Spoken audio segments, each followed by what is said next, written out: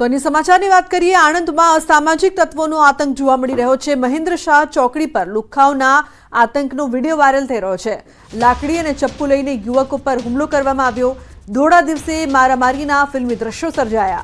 આણંદ પોલીસની કામગીરી પર ઉઠ્યા છે સવાલો। પોલીસ આવા લુખ્ખાઓ સામે પગલાં ભરશે કે કેમ તે સળગતો સવાલ છે।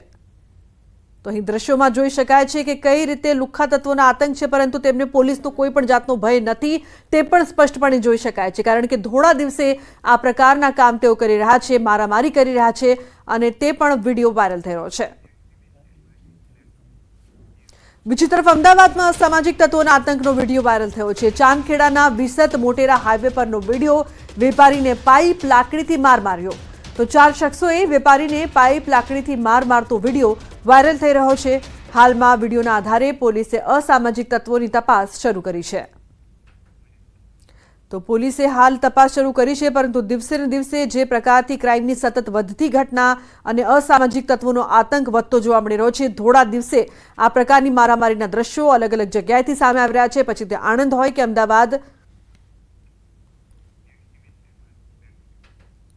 તો જૂનાગઢના કઠિયાવાડ વિસ્તારમાં અસામાજિક તત્વોના ત્રાસથી વેપારી પરેશાન થયા છે। દુકાનદારોએ આજે સવારથી ધંધા રોજગાર બંધ રાખીને વિરોધ નોંધાવ્યો। વેપારીઓ તથા લારી ધારકો પાસેથી હપ્તાઓ મંગાવવામાં આવતા હોવાના આક્ષેપ કરાયા। અસામાજિક તત્વો છરી બતાવીને એટ્રોસિટી કરવાની ધમકી આપતા હતા। વેપારીઓએ પોલીસ પાસે આવા તત્વોના આતંકથી રક્ષણ આપવાની માંગ પણ કરી છે, જો કે પોલીસે યોગ્ય કાર્યવાહી કરવાની ખાતરી આપતા વેપારીઓએ દુકાનો ફરી ખોલી છે।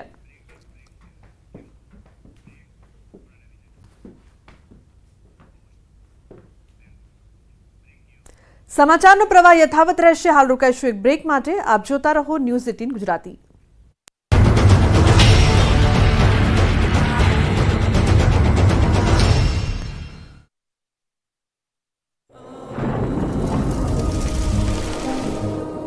જળવાયુ પરિવર્તનનું જોખમ આપણા દરવાજે પહોંચી ગયું છે। હવે જરૂર છે એક મોટા ક્રાંતિકારી બદલાવની, અને આનો પ્રારંભ થશે 140 કરોડ ભારતીયોથી। આ ક્રાંતિ શરૂ થશે એક વૃક્ષથી। એક વૃક્ષ માનવતા માટે, એક વૃક્ષ આ ધરતી માતા માટે, એક વૃક્ષ આપણા ભવિષ્ય માટે। પ્રોજેક્ટ વન ટ્રી, ન્યૂઝ 18 નેટવર્કની એક મોટી પહેલ। ખંભાળિયામાં ધોધમાર વરસાદ। કોઠા, વિસોત્રી, મોવાણા, બહેગામમાં વરસાદ। બજારોમાં વરસાદી પાણી વહેતા થયા। ગ્રામ્ય વિસ્તારોની નદીઓ બે કાંઠે વહી। ધોરાજીમાં અચાનક વાતાવરણમાં પલટા બાદ ધોધમાર વરસાદ। સામાન્ય વરસાદમાં જ શહેરના અનેક વિસ્તારોમાં વરસાદી પાણી ભરાયા। નગરપાલિકા તંત્રની પ્રી મોન્સૂન કામગીરીની પોલ ખુલી। Jetpur road, station road, main બજારમાં પાણી ભરાયા। વાહન ચાલકોને ભારે મુશ્કેલી। આણંદમાં સોમવારે વરસેલા 2.5 ઇંચ વરસાદે આણંદની હાલત બગાડી। વરસાદ વરસ્યાના 24 કલાક બાદ પણ કેટલોક વિસ્તાર પાણીમાં ભરાયેલો જોવા મળ્યો। રહેણાંક વિસ્તારોમાં પાણી ભરાઈ જતા લોકોમાં રોગચાળાની દહેશત ફેલાઈ। તંત્ર સામે સ્થાનિકોમાં રોષ। નર્મદા જિલ્લામાં ભારે વરસાદથી પૂરની સ્થિતિ। ડેડિયાપાડા મોવી રોડ પરનું નાળું તૂટતા વાહન વ્યવહાર ઠપ। વરસાદી પાણી ભરાતા લોકોને વેઠવી પડી ભારે હાલાકી। અરવલ્લી જિલ્લામાં વરસાદે બોલાવી ધબધબાટી। માલપુર, મેઘરજ, ભેમપુર, પહાડિયામાં ધોધમાર વરસાદ પડ્યો। માલપુરના બજારોમાં વરસાદી પાણી વહેતા થયા। રોહિણીયા, ભીમાપુર, જીતપુરમાં પણ વરસાદની બેટિંગ। ગોંડલમાં પણ મેઘરાજાની ધમાકેદાર બેટિંગ। શ્રીનાથગઢ, કમઠિયા, મેતા, ખંભાળિયા, મોટી ખીરોલી સહિતના અનેક ગામોમાં ખાબક્યો વરસાદ। ચરખડી ગામની નદી અને ચેકડેમોમાં નવા નીર આવ્યા। કેશવાડા ગામમાં વરસાદી પાણી ફરી વળ્યા। ગીર સોમનાથના વેરાવળમાં ધોધમાર વરસાદ। 2 કલાકમાં 4 ઇંચ વરસાદ પડતા શહેર પાણી પાણી થયું। વેરાવળની મુખ્ય બજારોમાં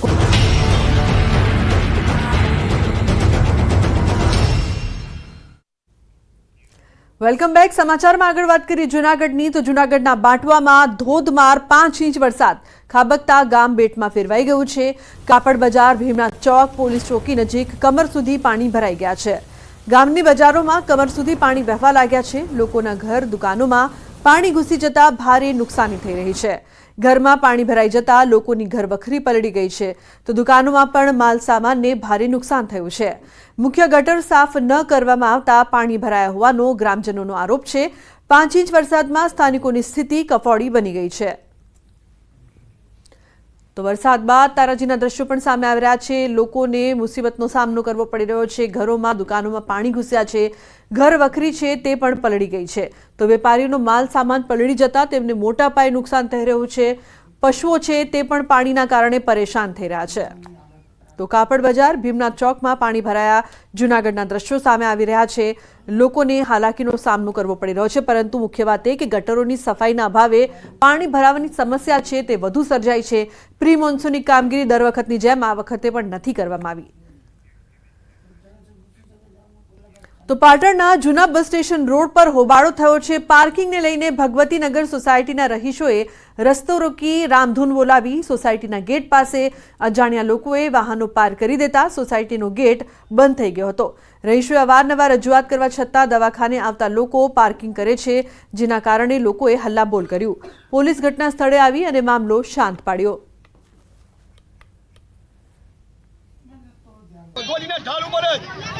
પોતાના વ્હીકલો લઈ જે બહારથી આવે છે દર્દીઓ એમને સાધનો અહીંયા મૂકી દે છે અને ત્યારબાદ ભગવતીનગરની અંદર જવા માટે કોઈ રસ્તો રહેતો નથી।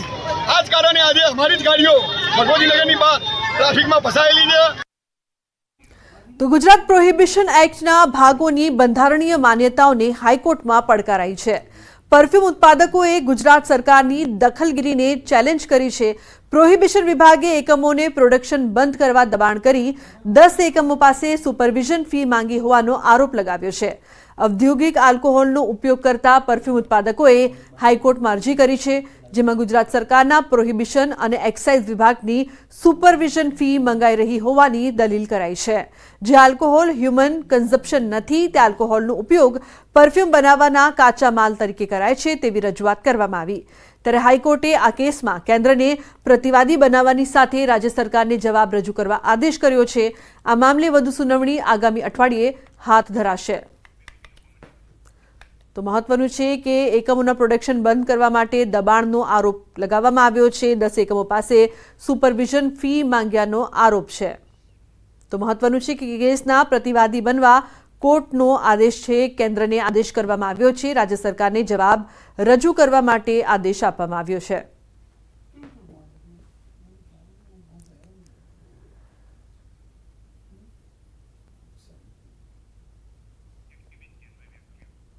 તો વડોદરામાં સ્ટેન્ડિંગ કમિટીની ઓફિસમાં ચેરમેન અને કોર્પોરેટર વચ્ચે તડાફડી થઈ હતી। સોસાયટીઓમાં કાળું પાણી આવતું હોવાની ફરિયાદ મુદ્દે બોલાચાલી થઈ હતી।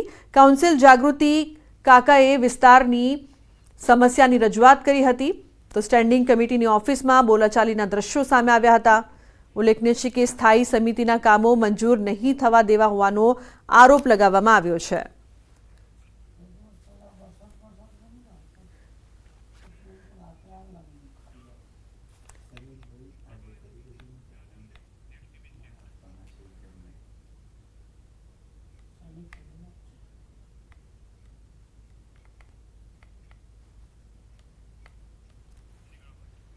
તો પાણીની સમસ્યા મામલે રજૂઆત કરવા ગયા હતા તે સમયે આ દ્રશ્યો સામે આવ્યા। આગળ વાત કરીએ તો અનોખા અંદાજમાં ચા બનાવીને જાણીતા બનેલા સોશિયલ મીડિયા સ્ટાર ડોલી ચાયવાલાએ સુરતની મુલાકાત લીધી હતી। તો મોટી સંખ્યામાં લોકો પણ તેમને જોવા માટે પહોંચ્યા હતા। સાથે જ ડોલીએ કમિશનર કચેરીની પણ મુલાકાત લીધી હતી। કમિશનર કચેરીમાં પણ ડોલી ચાયવાલા 5 બાઉન્સરની સાથે પહોંચ્યો। આખરી ટ્રેનિંગ લીધેલા પોલીસકર્મીઓ વચ્ચે પણ ટ્રેનિંગ વગરના બાઉન્સર્સ જોવા મળ્યા હતા। તો સાથે જ ડ્રગ્સથી દૂર રહેવા માટે યુવાનોને અપીલ પણ કરી હતી। તો ડોલીના બાઉન્સર્સની સાથે ઘર્ષણની ઘટના પણ સામે આવી હતી। नमस्ते सूरत, मैं हूँ नागपुर का डॉली चाय वाला। आपके शहर में आया हूँ पहली बार सूरत में। सूरत शहर पुलिस आप ड्रग्स के खिलाफ बहुत अच्छा काम कर रहे हैं। आप सभी से रिक्वेस्ट है कि आप ड्रग्स वगैरह मत लीजिए और पुलिस को सहयोग कीजिए। ड्रग्स आपके और आपके परिवार के लिए हानिकारक है। से नो टू ड्रग्स। जय हिंद।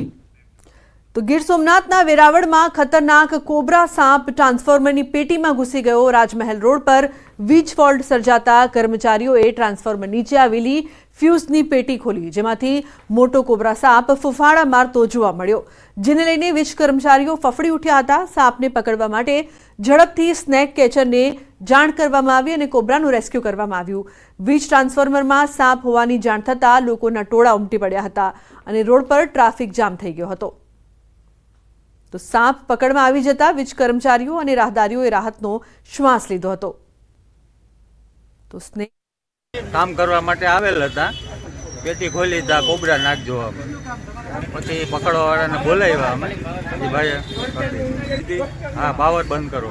આ ઝેરી સાપ છે, કોબરા જાતિનો સાપ છે અને બહુ આની અંદર ઝેર આવે એટલે આ જીવીવાળાનું કામ રોકાયેલું. પહેલાં તો આપણી બાઇક હોય ને તો સવારે નીકળો તો થોડુંક લીવર દઈને એને સ્ટાર્ટ કરવાની, જેથી કરીને બાઇકની અંદર હતી અને વધારે આ પ્રકારના સાપના કેસ બને.